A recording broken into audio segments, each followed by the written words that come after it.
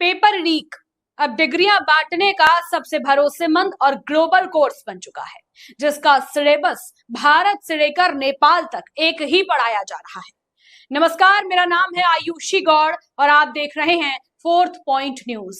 अभी भारत के युवाओं के जले हुए सीनों की आग ठंडी भी नहीं हुई थी कि पड़ोसी देश नेपाल से भी वही पुराना और घिसा पिटा भ्रष्टाचार का सायरन बज उठा है।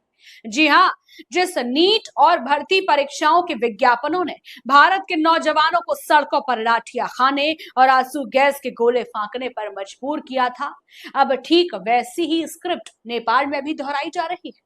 फर्क सिर्फ इतना है कि इस बार तंज कसने वाले जुमले हिंदी में नहीं, नेपाली लहजे में है। लेकिन सिस्टम की सड़न की महक दोनों तरफ बिल्कुल एक जैसी है। आइए जानते हैं कि आखिर कैसे नेपाल की सड़कों पर भी अब जेनजी का वही तेवर उभर रहा है जो कभी भारत की राजधानी से लेकर गली मोहल्लों तक गूंजा था। हाल ही में भारत में नीट पेपर लीक के बाद पूरे देश में आंदोलन देखने को मिला। बिहार से लेकर महाराष्ट्र और दिल्ली तक जमकर विरोध प्रदर्शन हुए। मामले की गंभीरता को देखते हुए भारत के शिक्षा मंत्री धर्मेंद्र प्रधान को इस्तीफा देना पड़ा। इस बीच अब खबर सामने आई है कि नेपाल में भी एक पेपर लीक हुआ है और भारत की तरह नेपाल में भी छात्र सड़कों पर सरकार के खिलाफ उतर रहे हैं। नेपाल में परीक्षा में हुए पेपर लीक के खिलाफ युवाओं का गुस्सा सड़कों पर देखने को मिल रहा है। एक बार फिर से नेपाल की सरकार के खिलाफ युवा गुस्सा में है। मार्च 2026 में बालेंद्र उर्फ बालेन शाह की सरकार के आने के बाद ये दूसरी बार है जब युवा सड़कों पर उतरे हैं। लेकिन अब सवाल यह है कि आखिर नेपाल में कौन सा पेपर लीक हो गया, तो इसका जवाब है एमबीएस फर्स्ट सेमेस्टर। नेपाल में एमबीएस फर्स्ट सेमेस्टर का पेपर लीक हुआ है। नेपाल पुलिस का कहना है कि पेपर लीक मामले में एक व्यक्ति को गिरफ्तार किया गया है। जानकारी के मुताबिक त्रिभुवन यूनिवर्सिटी के मास्टर ऑफ बिजनेस स्टडीज के पहले सेमेस्टर का पेपर 24 जुलाई को लीक हुआ। उस दिन भारत में केंद्रीय मंत्री धर्मेंद्र प्रधान ने भी इस्तीफा दिया था। ये घटना 25 जुलाई को सामने आई जब सबूत मिले कि परीक्षा के दौरान पेपर ऑनलाइन उपलब्ध था। परीक्षा शुरू होने से ठीक 5 मिनट बाद एक व्हाट्सएप ग्रुप में पेपर सर्कुलेट हो गया, जिससे यूनिवर्सिटी की परीक्षा के दौरान सुरक्षा और गोपनीयता प्रणाली में गंभीर कमियां सामने आई। इस घटना ने त्रिभुवन यूनिवर्सिटी के परीक्षा सिस्टम की ईमानदारी पर नए सवाल खड़े कर दिए हैं।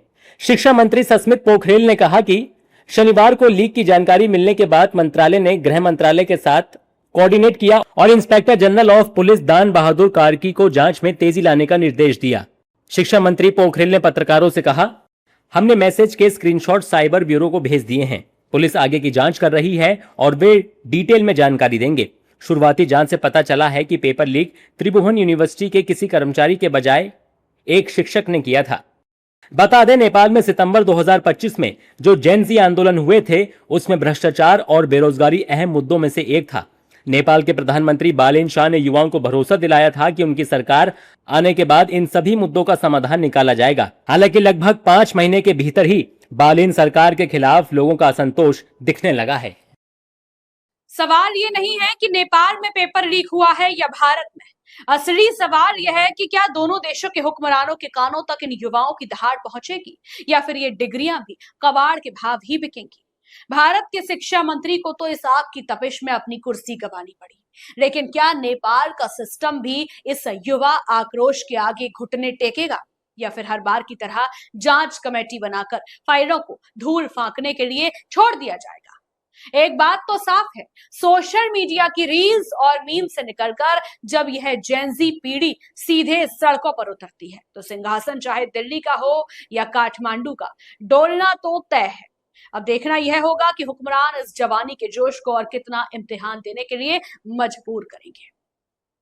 आप बने रहिए फोर्थ पॉइंट न्यूज के साथ। नमस्कार।